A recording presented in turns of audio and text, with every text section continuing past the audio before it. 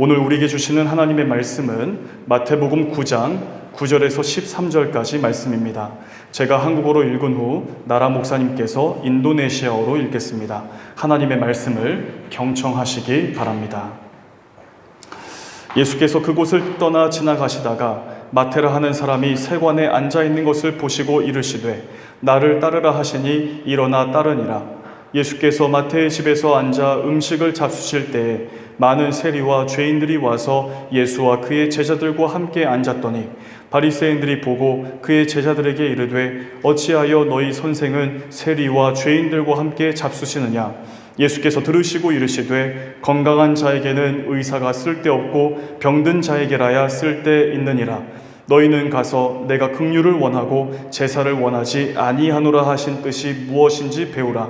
나는 의인을 부르러 온 것이 아니요 죄인을 부르러 왔노라 하시니라. 아멘. Setelah Yesus pergi dari situ, ia melihat seorang yang bernama Matius duduk di rumah cukai, lalu ia berkata kepadanya, ikutlah aku. Maka berdirilah Matius lalu mengikut dia. Kemudian ketika Yesus makan di rumah Matius, datanglah banyak pemungut cukai dan orang berdosa dan makan bersama-sama dengan dia dan murid-muridnya. Pada waktu orang Farisi melihat hal itu, berkatalah mereka kepada murid-murid Yesus, mengapa gurumu makan bersama-sama dengan pemungut cukai dan orang berdosa? Yesus mendengarnya dan berkata, bukan orang sehat yang memerlukan tabib tetapi orang sakit. Jadi, pergilah dan pelajarilah arti firman ini. Yang kukehendaki ialah belas kasihan dan bukan persembahan. Karena aku datang bukan untuk memanggil orang benar, melainkan orang berdosa. 아멘. 네, 오늘 본문의 시작인 9절 말씀을 보게 되면 이렇게 말씀하고 있습니다. 예수께서 그곳으로 떠나 지나가시다가 마테라 하는 사람이 세관에 앉아 있는 것을 보시고 이렇게 말씀합니다. 예수님은 이 갈릴리의 중심 지역인 이 가버나움에서 여러 사역들을 감당하시고 그곳을 떠나가시던 길에 세관에 앉아 있는 그 세리 마태를 부르시는 것으로 오늘 본문이 시작되고 있습니다.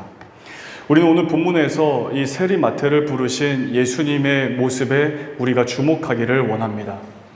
예수님 당시에 이 세리라고 하는 직업은 이스라엘 백성들을 상대로 하여 약탈과 횡포를 일삼았고 로마의 하수인 역할을 했던 사람들이었습니다.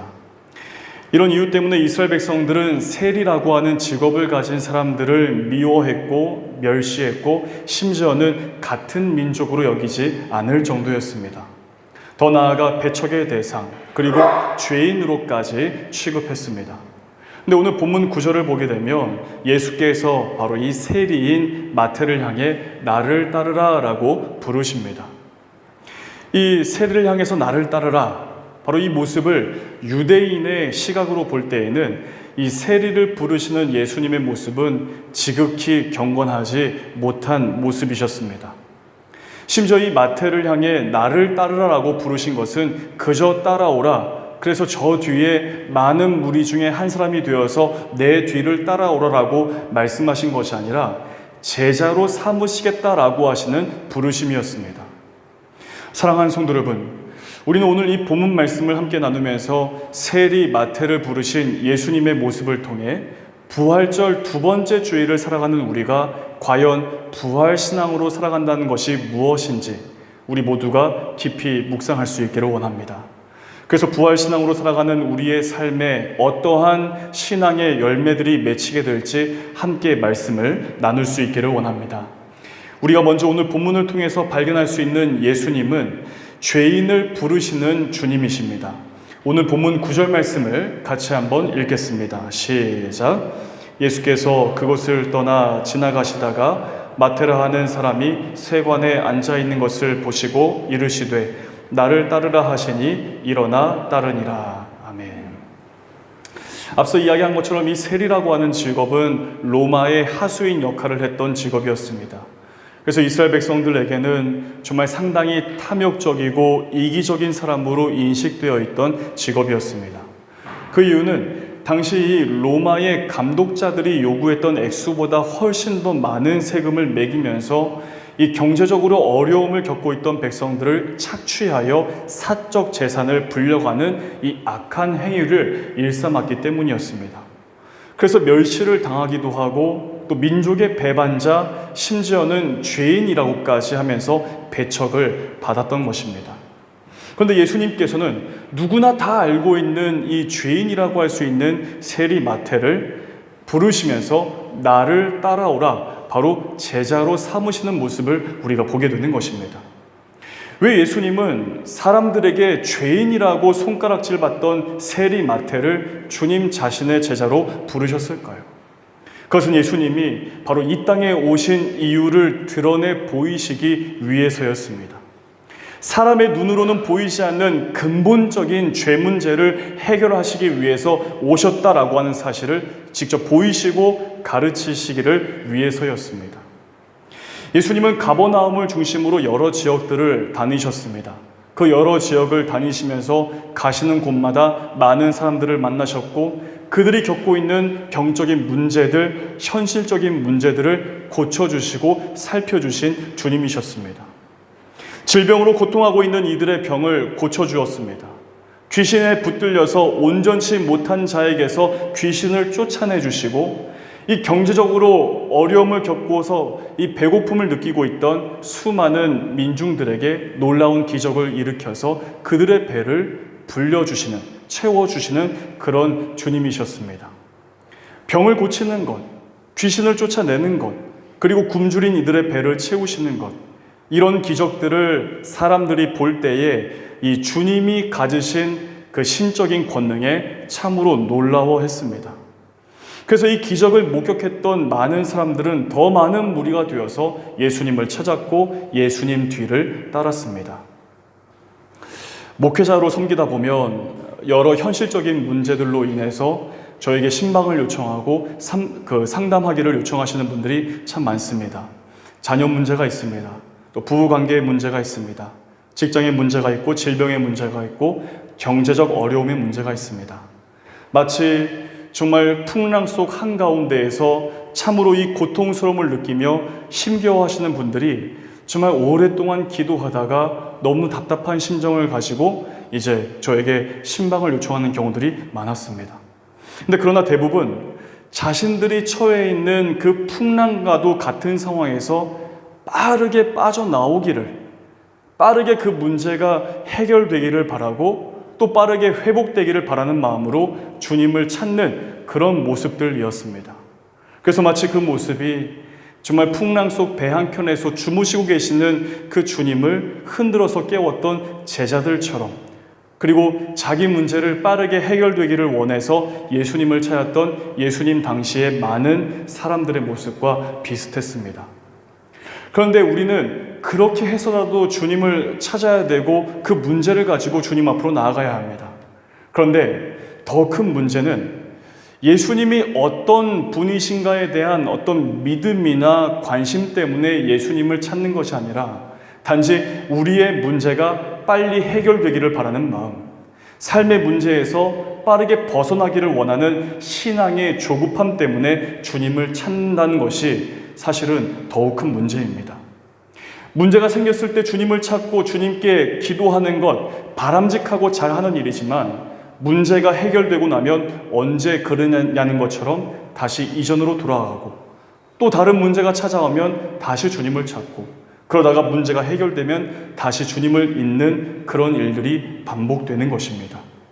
그러다 보면 우리는 예수님이 누구이신지, 왜 예수님이 인간의 옷을 입으시고 이 땅에 오신 것인지, 예수님이 나를 위해 지신 십자가, 그리고 그 십자가의 죽으심과 이 부활에 대한 신앙을 놓쳐버린 채, 잊어버린 채 살기가 쉽다는 것입니다.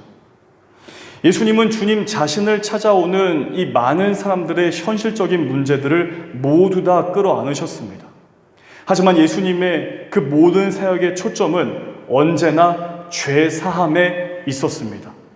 그래서 많은 무리를 만나시고 그들을 고치시고 그들의 현실적인 필요를 채우시면서 눈에 보이지 않는 근본적인 문제, 즉 죄의 문제를 용서하시는 죄 사함의 선포는 모든 사역을 감당할 때마다, 정말 모든 사람들을 만날 때마다 그 사역을 동시에 진행하셨던 그 예수님을 우리가 복음서를 통해서 발견할 수 있게 되는 것입니다.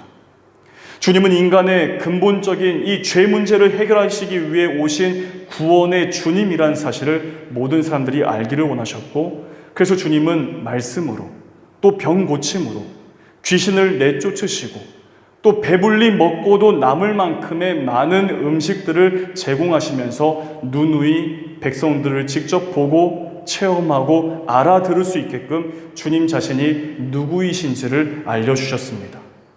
그래서 오늘 본문에서도 바로 이 세리 마태와 같은 죄인을 부르시고 용서하시고 받아주시는 것으로 한 번 더 보여주시는 것입니다. 우리는 과거 예수님 당시에 그 수많은 무리처럼 우리의 현실적인 문제들을 가지고 예수님을 찾습니다. 그러나 우리가 기억해야 할 것은 죄사함 없이 우리의 정말 눈에 보이지 않는 이 근원적인 죄 문제가 해결되지 않고서 그저 현실적인 문제만 해결되는 것은 사실은 이 근원적인 죄 문제가 해결되지 않았기 때문에 또 다른 영적 교만의 죄에 빠질 수 있다는 사실, 바로 그 죄를 짓는 지름길이 될 수 있다는 사실을 우리가 깨닫고 알고 있어야 합니다. 그러므로 예수님을 찾는 우리가 반드시 해야 할 일은 무엇이냐면, 지금까지 정말 주님 앞에서 순종하지 못했던 우리의 불순종, 그러한 신앙을 주님 앞에서 철저하게 회개할 수 있어야 합니다. 더 나아가 정말 우리 주님을 고백할 때 우리 주님은 구원의 주님이십니다라고 하는 사실을 바르게 믿고 고백해야 합니다. 그리고 내 삶의 모든 영역에서의 진정한 주님이 바로 내가 믿고 내가 예배를 드리고 내가 의지하고 있는 그 대상, 바로 우리 주님이시다라는 사실을 우리가 인정하면서 섬길 수 있어야 한다는 것입니다. 그렇다면 풍랑 속을 살아가는 이 상황에서도, 정말 거칠은 광야와도 같은 세상살이에서도 우리와 함께 하시는 주님으로 인해 우리는 넉넉히 승리하며 살아낼 수가 있는 것입니다. 이 사실을 믿으며 죄사함을 선포하시고 우리에게 영원한 생명을 주시는 우리 주님 안에서 오직 믿음으로 살아가시는 우리 모두가 되시기를 주님의 이름으로 축복합니다. 두 번째, 오늘 본문을 통해서 발견하게 되는 예수님은 긍휼을 베푸시는 주님이십니다. 오늘 본문 10절 말씀을 같이 한번 읽겠습니다. 시작. 예수께서 마태의 집에서 앉아 음식을 잡수실 때에 많은 세리와 죄인들이 와서 예수와 그의 제자들과 함께 앉았더니. 아멘. 구약의 율법을 보게 되면 죄인 또는 부정한 자와 함께 하는 것을 금했던 내용들이 굉장히 많습니다. 그런 대표적인 말씀 가운데 레위기 7장 21절에서는 이렇게 말씀합니다. 만일 누구든지 부정한 것, 곧 사람의 부정이나 부정한 짐승이나 부정한 가증한 무슨 물건을 만지고 여호와께 속한 화목제물의 고기를 먹으면 그 사람도 자기 백성 중에서 끊어지리라. 하지만 예수님의 지금 모습은 어떻습니까? 세리 마태의 집으로 갔습니다. 그리고 이 세리 마태뿐만 아니라 많은 세리들을 초청했고 그 당시 사회에서 죄인들로 취급받았던 이 사람들과 함께 어울리시면서 음식을 잡수셨습니다. 이 예수님 당시의 유대 사회 풍습에 따르면 식사를 같이 한다는 것은 단순한 음식 접대의 의미를 넘어서 밀접한 친밀감, 인격적인 교제가 오고 간다는 의미까지를 포함하는 것이 바로 그 당시의 식사 교제의 문화였습니다. 그러니까 예수님은 당시 사회에서 지탄받고 무시받고 멸시와 미움과 배척, 심지어는 죄인으로까지 여겨졌던 사람들과 아주 가까운 거리에서 친밀감을 가지시면서 함께 먹고 함께 마시며 모든 것을 함께 하셨다는 것을 우리가 알 수 있는 것입니다. 여기에서 이 세리 마태는 이런 주님과의 만남을 통해 주님이 먼저 자신에게 다가와서 함께 하실 뿐만 아니라 인격적인 교제의 깊은 나눔을 통해 긍휼이 많으신 그 하나님을 예수님과의 교제를 통해서 깊이 맛보고 경험할 수가 있었습니다. 모두가 다 나를 반대하고 배척했습니다. 그런데 그런 자신을 받아주신 주님이십니다. 그런 자신의 집으로 와서 자신과 함께 하신 그 예수님을 통해 세리 마태는 하나님의 긍휼하심을 경험할 수 있었습니다. 지금으로부터 한 9년 정도 되는 것 같습니다. 9년 전쯤에 제가 섬겼던 교구에 연세가 80이 훌쩍 넘으셨던 권사님 한 분이 계셨습니다. 이 권사님은 정말 감히 고령이라고 생각되기 어려울 만큼 정말 늘 씩씩하셨고 목소리도 굉장히 컸습니다. 누구보다 성실하게 새벽 예배에 나오셨고 전도팀에서 가장 앞장서서 전도에 힘쓰셨던 권사님이었습니다. 그런데 어느 날 이 권사님이 새벽에 교회로 나오시다가 겨울철에 눈길에 다리를 헛디디셔서 넘어지시고 크게 다치시고 말았습니다. 그래서 병원에 오랫동안 입원하셨고 치료를 받으셨는데 처음에 제가 병원 신방으로 찾아가서 그 권사님을 걱정스러운 얼굴로 바라보고 있으니까 저에게 이렇게 말씀하시는 거예요. 목사님 괜찮아요. 아무 걱정하지 마세요. 금방 돌아가서 내가 열심히 할 테니까 아무 걱정하지 말고 기도나 해주고 얼른 가요. 그러시는 거예요. 그런데 시간이 지나갈수록 좀처럼 회복되는 일에 아주 어려움을 겪으셨습니다. 그 이후로 연락을 드리면 깊은 한숨만 내쉬는 거예요. 그리고 빨리 전화를 끊고 싶어 하시는 그 마음이 느껴지는 거죠. 그래서 이제 시간이 많이 지나서 이제 어느 정도 회복되었다라고 생각이 되었지만 늘 성실하게 예배당에 오셨던 그 모습이 보이지가 않는 거예요. 새벽에도 보이지 않고 주일 예배도 보이지가 않았습니다. 그래서 무작정 그 권사님 댁으로 그냥 찾아갔습니다. 그래서 문을 두드리고 권사님 들어오라고 해서 권사님을 배웠는데 제가 이렇게 물어봤습니다. 권사님 괜찮으세요? 권사님 뵙기가 너무 어려워서 제가 이렇게 찾아왔습니다. 말씀드리니까 권사님 눈물을 계속 그냥 흘리시기만 하는 거예요. 저를 쳐다보지 못하고. 그러다가 한참 만에 입을 여시면서 하시는 말씀이 목사님 내가 이제 나이가 많이 들은 것 같아. 몸이 너무 아파서 일어날 수가 없어. 나도 내 자신이 너무나 짐스러운데 교회에 더 짐을 드릴 수가 없어서 그냥 집에만 있었어 하면서 눈물을 막 흘리시는 거예요. 그 시간을 같이 보내고 있는데 육신의 힘만 없으셨던 게 아니라 정말 그 영혼도 너무나 힘을 잃어 계시다는 것을 바로 알 수 있었습니다. 그런 권사님에게 제가 이렇게 말씀드렸어요. 권사님께서는 이미 하나님의 그 풍성하신 은혜와 사랑을 아셨고 그래서 누구보다 전도에 힘썼고 정말 한 영혼 한 영혼을 위해서 중보기도 많이 하셨잖아요. 권사님보다 더 힘드신 분들, 더 어려우신 분들을 위해서 많이 섬기고 도우셨잖아요. 그렇게 말씀드리니까 이 권사님이 눈물을 흘리다가 눈물을 닦고서 저에게 이런 이야기를 해주시기 시작하는 거예요. 본인이 젊은 시절에 하나님을 인격적으로 만났었던 그때, 그 이후에 왜 당신이 전도에 힘을 썼는지, 왜 당신이 중보기도하기에 힘썼는지 그런 이야기를 쭉 해주시는 거예요. 그렇게 또 이야기하시다가 또 막 눈물을 흘리는 거죠. 또 이야기하시다가 막 호탕하게 웃으시기도 하시면서 한참 동안 그 이야기를 해주셨고 저는 그 이야기를 그저 듣기만 했습니다. 그렇게 이 권사님은 과거 자신의 삶에 정말 은혜와 자비와 긍휼을 베푸신 그 하나님의 은혜를 기억하면서 정말 그 은혜의 능력이 권사님과 둘이 마주하고 있는 그 자리에 하나님의 놀라우신 능력으로 임재하는 것을 권사님과 제가 경험할 수 있었습니다.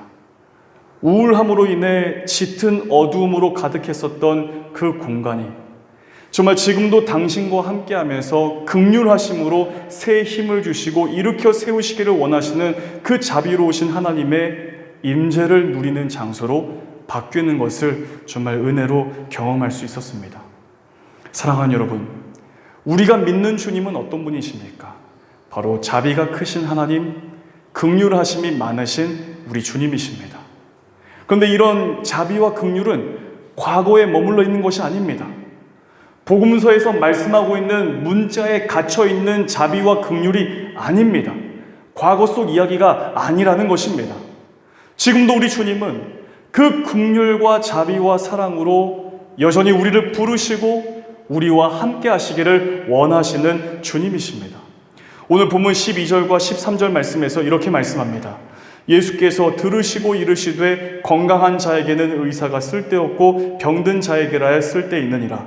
너희는 가서 내가 긍휼을 원하고 제사를 원하지 아니하노라 하신 뜻이 무엇인지 배우라. 나는 의인을 부르러 온 것이 아니요 죄인을 부르러 왔노라 하시니라. 주님은 죄로 인해 지독한 두려움과 우울과 문제에 짓눌린 자들을 고치시는 긍휼이 많으신 의사이십니다. 사랑하는 성도 여러분, 우리 주님은 지금도 이 죄의 문제로 고통하고 있는 우리를 불러서 고치시고 일으켜 세우시는 주님이십니다. 우리를 고치시고 회복시키시는 그 은혜가 이 시간 예배를 드리는 우리 모두에게 허락되기를 주님의 이름으로 축복합니다. 반면에 예수님은 어떠하셨습니까? 당시 종교 지도자들인 바리새파 사람들이나 서기관들에게는 상당히 자주 그리고 아주 혹독하게 서슴없이 책망하기를 멈추지 않으셨습니다. 바리새인들은 자신들이 하나님의 율법을 철저하게 지키기 때문에 영적으로는 아무런 문제가 없는 건강하고 의로운 사람이라고 스스로를 생각했습니다. 게다가 자신들을 정결하게 보호해야 한다는 그 명분으로 다른 사람들을 너무나 쉽게 경멸했습니다. 자신들이 세워둔 의의 잣대로 그 기준에 미치지 못하면 저 사람은 죄인이고 부정한 사람이고 그리고 사정없이 멸시하면서 이방 사람들은 물론이고 자신들의 이웃과도 멀리 거리를 두었던 사람들이었습니다. 그래서 이 죄인과 부정한 자들과 함께 어울리시는 예수님을 비난했던 것입니다. 그러니 바리새인을 향해 예수님은 일침을 놓으셨습니다. 13절 말씀입니다. 너희는 가서 내가 긍휼을 원하고 제사를 원하지 아니하노라 하신 뜻이 무엇인지 배우라. 나는 의인을 부르러 온 것이 아니요 죄인을 부르러 왔노라 하시니라. 이 말씀은 하나님과 상관없이 눈에 드러나 있는 형식적인 제사에만 몰두할 뿐 하나님과의 깊은 만남을 통해서 허락하시는 긍휼과 자비에는 정말 단지 눈에 보이지 않는다고 해서 터부시하는 그런 모습을 꼬지시면서 주님께서 말씀하시는 것입니다. 그래서 주님은 나는 긍휼을 원하고 나는 인애를 원하고 제사를 원하지 아니하며 번제보다 하나님을 아는 것을 원하노라 하신 것을 다시 배우라고 말씀하시면서 그 교만한 바리새인들을 책망했던 것입니다. 이처럼 바리새인들은 참된 자비와 긍휼을 잃어버린 참으로 교만이라고 하는 죄, 자신들이 생각하기에는 누구보다 의롭다라고 생각했지만 실제로는 영적 교만의 죄에 빠져 있었던 것입니다.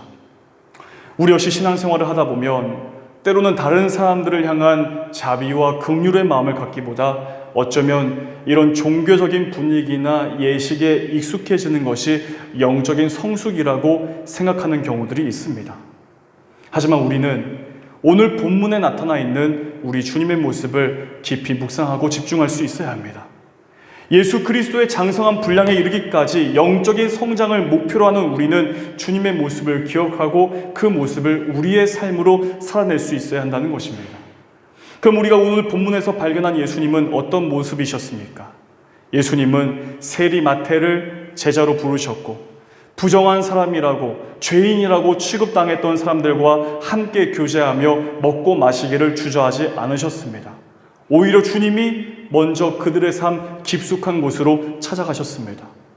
예수님의 시선은 숱한 어려움을 당해온 이들을 향해 있었고 피가 계속해서 흐르는 질병으로 부정하다 여겨져서 공동체 바깥으로 소외되었던 한 여인, 그 혈류병 여인을 주목하고 계셨고 사람들 사이로 비집고 들어가기 어려워서 뽕나무 위로 올라갔던 그 한 사람을 주목하셨습니다. 그리고 주님은 그들을 찾아가 만나주셨습니다. 배고파하는 사람들, 온전치 못한 사람들, 어느 곳이든 결핍이 있는 사람들, 다윗의 자손이여 괴성을 지르는 사람들, 혹은 쉬는 소리조차 내기 어려워서 힘겨워하는 그 사람들을 주님은 먼저 보셨고 주님이 먼저 그들을 찾아가 주셨습니다. 그리고 이들의 현실적인 삶의 필요의 문제들 뿐만 아니라 스스로는 결코 해결할 수 없는 죄의 문제들까지도 주님은 어루만져 주셨던 것입니다. 사랑하는 발리아니 교회 성도 여러분, 우리는 이런 주님의 모습을 기억할 수 있어야 합니다. 우리는 예수님이 죄인을 불러 고치시기 위해 이 땅에 오셨다는 사실을 알아야 합니다. 그런 예수님을 믿는 우리 역시 바로 주님을 닮은 긍휼과 자비의 마음으로 우리가 살아가는 삶의 현장에서 우리의 이웃들을 대할 수 있어야 합니다. 예수님 당시 바리새인들은 그 율법을 자신들의 의를 돋보이게 하는 잣대로 삼아서 이웃에게 높다란 경계의 벽을 세워두며 거리를 두었습니다. 그러나 예수님은 어떠셨습니까? 그 모든 경계의 벽들을 허무셨습니다. 하나님이 사람이 되셨고 높은 곳에서 낮은 곳으로 오셨고 죄 없으신 분이셨지만 죄인을 만나시고 부정함이 조금도 없는 분이지만 부정하다 여김을 받던 이들과 함께 어울리신 주님이셨습니다. 십자가에 달려 죽으셨지만 약속하신 대로 부활하셨습니다. 죽음과 생명의 경계마저 허무시면서까지 우리를 찾아와 구원하신 주님이십니다. 사랑하는 여러분, 우리가 살아가는 세상은 어떻습니까? 우리가 살아가는 세상 곳곳은 아직도 전쟁이 그치지 않고 언제 어디에서 발생할지 알 수 없는 자연재해들로 가득해 있고 우리 가까운 곳에서는 서로가 서로에게 너무나 예민합니다. 그런 사람들 속에서 부대끼며 살아갑니다. 자꾸만 내 편 만들기를 하고 그러면서 편가르기를 하고 내 욕심, 내 것 챙기기, 내 주장하기, 내가 하고 싶은 말하기에 바빠서 나와 가까이에 있는 이웃과 높은 벽을 치고 경계선을 그으면서 살아가는 참으로 거칠은 광야와도 같은 이 세상을 살고 있는 우리들 아닙니까? 오늘 본문을 통해서 우리 주님이 우리에게 말씀하시기를 원하시는 것이 무엇일까요? 우리 주님은 모든 경계를 다 허무셨습니다. 죽음의 경계를 허무시고 부활하신 주님이십니다. 이 부활의 주님을 믿는 견고한 믿음이 우리 가운데 있다면 우리의 환경과 상황의 경계를 허물고 우리가 살아가는 그 모든 곳에서 하나님의 임재를 누리며 하나님 나라의 삶을 살 수가 있는 것입니다. 왜냐하면 절대 절망이라고 할 수 있는 이 영원한 죽음의 문제에서 부활하여 영원한 생명이라고 하는 절대 희망을 주신 우리 주 예수 그리스도를 우리 모두가 믿기 때문입니다. 아무리 거칠고 아무리 메마르고 황폐한 광야와도 같은 이 땅이라고 하지만 예수님을 믿으며 살아가는 우리는 그런 광야 같은 세상에 길을 낼 수 있고 물이 흐르게 할 수 있고 그래서 우리가 살아가는 모든 삶의 현장에 꽃을 피우는 사람이 될 수 있다는 사실을 우리 모두가 꼭 기억하실 수 있기를 바랍니다. 이제 부활절 두 번째 주일 예배를 드리고 우리 일상으로 나아가시는 사랑하는 여러분, 죽음의 경계마저 허무시고 다시 사신 우리 주님을 믿으며 우리의 삶에서 모든 경계를 허물며 살아가시기를 바랍니다. 우리가 경계를 허물 때 그 허물어진 경계를 넘어서 살아계신 주님의 역사가 이루어지게 될 것입니다. 우리가 경계를 허물 때 이 땅에 발을 딛고 살아가지만 우리는 하늘에 속한 자로서 삶을 살아갈 수 있는 것입니다. 그런 우리를 통해 광야에 길이 나고 샘이 터지고 그 광야 같은 세상에 그리스도의 향기로 가득하게 될 것입니다. 이 사실을 기억하며 이번 한 주간도 주님과 함께 동행하면서 정말 부활신앙, 우리의 삶에서 보이지 않는 모든 경계와 높다란 벽들을 허물면서 우리 주님과 함께 살아가시는 우리 모두가 다 되시기를 우리 주 예수 그리스도의 이름으로 간절히 축복합니다. 기도하겠습니다. 하나님 아버지, 오늘 저희들 부활절 두 번째 주일 예배를 드리면서 세리마태를 부르신 우리 주님을 묵상하며 정말 모든 경계를 허무시면서까지 이 땅에 생명을 주신 주님을 저희들이 묵상하게 됩니다. 우리가 부활신앙을 가진 사람들이라고 한다면 이 땅을 사는 동안 우리 주님과 같이 모든 경계를 허물면서 주님의 사랑과 자비와 긍휼의 복음을 전파할 수 있는 우리 모두가 될 수 있도록 인도하여 주시옵소서. 모든 말씀 우리 주 예수 그리스도의 이름으로 간절히 기도하옵나이다. 아멘. 우리 다 함께 일어나셔서 결단 찬양 예수 이름 높이세 찬양하시겠습니다.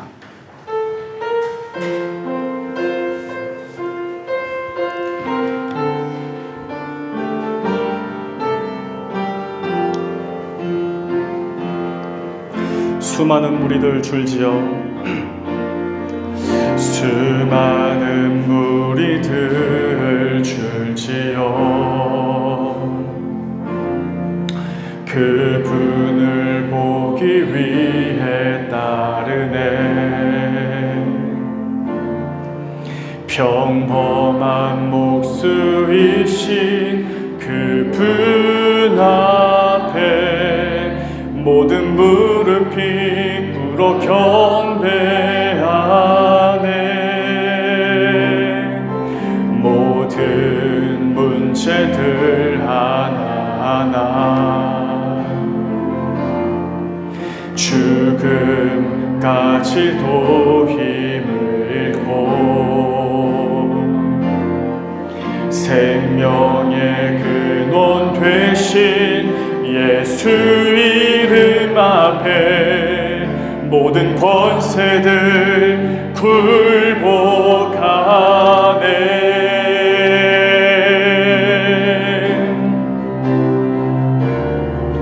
예수 이름 높이세. 능력의 그 이름 예수 이름 높이세. 구원의 그 이름 예수 이름을 부르는 자. 예수 이름을 믿는 자. 예수 이름 앞에 나오는 자 복이 있도다. 나의 계획이 실패하고 나의 계획이 실패하고 나의 소망이 끊어질 때 삶의 주관자 되신 그분 앞에 나의 무릎을 꿇어 경배하네. 나의 삶을 그분께 맡길 때 비로소 나의 마음 평안해. 구원의 반석 되신 예수의 이름을 소리 높여 찬송하네. 우리 두 손 들고 찬양합니다. 예수 이름 높이세. 예수 이름 높이세. 능력의 그 이름 예수 이름 높이세. 구원의 그 이름 예수 이름을 부르는 자. 예수 이름을 믿는 자. 예수 이름 앞에 나오는 자 복이 있도다. 더 큰 목소리로 예수 이름 높이세. 예수 이름 높이세. 능력의 그 이름 예수 이름 높이세.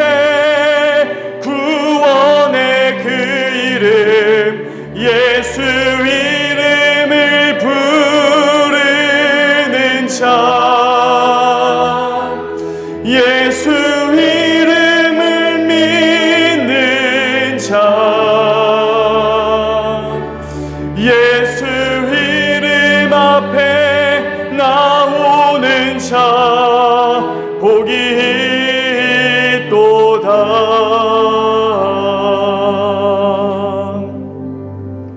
이제는 우리 주 예수 그리스도의 은혜와 하나님의 사랑과 성령님의 함께하심이 부활절 두 번째 주일 예배를 드리며 죽음과 생명의 경계, 질병과 가난의 모든 경계, 우리를 염려케 하고 근심케 하는 모든 문제들을 넘어 우리 가운데 함께 하시고 부활하사 구원의 은혜를 베푸신 주님을 따라 믿음으로 살기로 고백하며 나아가는 사랑하는 모든 성도들 머리 위에, 우리 발리하니 교회 모든 교우들, 속해 있는 가정과 하는 모든 사업 위에, 발리분관과 한인회, 교민들, 그리고 현지인 직원들, 육신의 질병으로 고통 가운데 있는 환우와 그 가족들 위에, 현지인 목사님과 한국인 선교사님들, 그리고 관광객 성도님들 위에, 이제부터 영원까지 함께 하시기를 간절히 축원하옵나이다.